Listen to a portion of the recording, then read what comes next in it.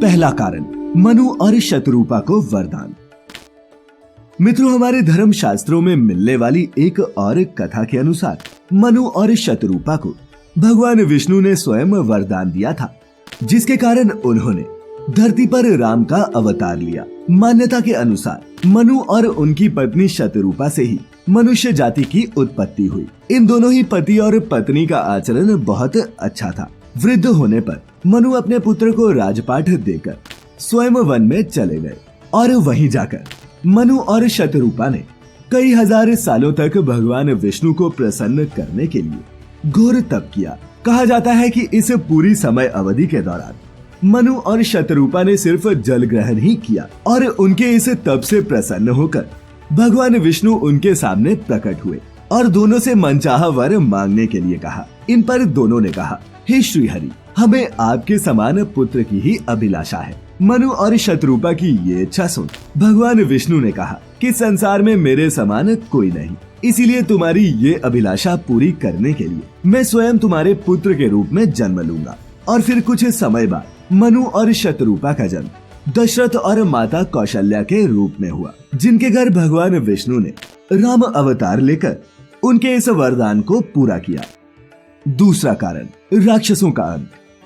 मित्रों, इसके अलावा एक और पौराणिक कथा के अनुसार जब त्रेता युग में धरती पर राक्षसों का अत्याचार बढ़ने लगा था और सभी प्राणी उनसे त्रस्त रहने लगे, तब सभी देवता ब्रह्मा जी के साथ मिलकर भगवान विष्णु की शरण में गए। भगवान विष्णु ने उन्हें विश्वास दिलाया कि वो आने वाले समय में अयोध्या के सूर्यवंशी राजा दशरथ के यहाँ जन्म लेंगे और सभी राक्षसों का वध करेंगे। इसके बाद उन्होंने अपने वचन के अनुसार ही अयोध्या में जन्म लिया और रावण, कुंभकर्ण जैसे कई राक्षसों का वध करके इस संसार से उनका आतंक खत्म किया। तीसरा कारण, नारद का श्राप। मित्रों, भगवान विष्णु का राम अवतार लेने का कारण नारद जी के एक श्राप को भी माना जाता है। हुआ क्या कि एक बार नारद जी को इस बात पर अभिमान हो गया कि उन्होंने काम पर विजय पाली है और वो अपनी उपलब्धियों का बखान जहां तहां करने लगे। तब भगवान विष्णु ने नारद जी के अहंकार को तोड़कर उन्हें सही मार्ग पर लाने का विचार किया। इसका अवसर भी भगवान विष्णु को जल्दी ही मिल गया जब माता लक्ष्मी के स्वयंवर का आयोजन किया गया। लक्ष्मी जी मन ही मन विष्णु को पति के रूप में स्वीकार कर चुकी थी। इधर नारद जी ने जब एक झलक लक्ष्मी जी को देखा तो वो अपना संकल्प भूल गए और उनकी सुंदरता पर मोहित हो गए। अब तो नारद जी भी माता लक्ष्मी से विवाह करने का स्वप्न देखने लगे, लेकिन वो जानते थे कि हरि रूप पाकर ही वो लक्ष्मी जी से विवाह कर सकते हैं। इसीलिए वो भगवान विष्णु के पास हरि के समान सुंदर रूप मांगने पहुंचे। भगवान विष्णु ने नारद जी की इच्छा के अनुसार उन्हें हरि रूप दे भी दिया और फिर इस रूप में जब नारद स्वयंवर में पहुंचे तो उन्हें विश्वास था कि माता लक्ष्मी उन्हें ही वरमाला पहनाएगी, लेकिन ऐसा हुआ नहीं। माता लक्ष्मी ने नारद को छोड़कर भगवान विष्णु के गले में वरमाला डाल दी। नारद जी को विश्वास नहीं हो रहा था कि उनके इस अद्भुत रूप को लक्ष्मी जी ने अनदेखा कैसे कर दिया। नारद जी के हाव भाव देखकर सभा में उपस्थित सभी उन पर हंसने लगे, उनका उपहास करने लगे और उन्हें साफ जल में मुंह देखने को कहने लगे।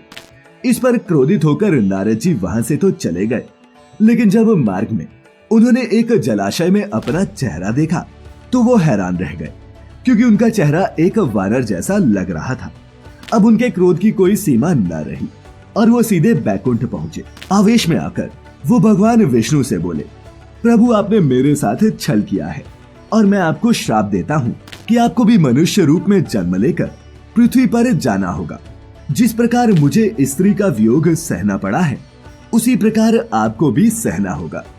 इस पर विष्णु जी बोले, आपका श्राप भी मुझे स्वीकार है, लेकिन मैंने आपसे छल नहीं किया है। हरि का एक अर्थ विष्णु होता है तो दूसरा वानर, और मैंने आप ही की इच्छा के अनुसार कार्य किया था। प्रभु के इस कथन को सुनकर नारद जी को अपनी भूल पर पश्चाताप हुआ। उनका अहंकार चूर चूर हो गया और उनके नेत्रों से अश्रु धारा बहने लगी। लेकिन मित्रों, नारद जी के इसी श्राप के कारण त्रेता युग में भगवान राम और सीता के रूप में जन्म लेकर विष्णु जी और लक्ष्मी जी को भी वियोग सहना पड़ा था। तो मित्रों, ये प्रमुख कारण जिनकी वजह से भगवान विष्णु ने राम के रूप में जन्म लिया। आपको हमारी आज की ये प्रस्तुति कैसी लगी, नीचे कमेंट करके अवश्य बताएं। और ऐसी सभी धार्मिक और आध्यात्मिक वीडियोस के लिए जुड़े रहें द डिवाइन टेल्स परिवार के साथ। फिलहाल आज के लिए बस इतना ही। अब इजाजत दें। आपका बहुत बहुत शुक्रिया।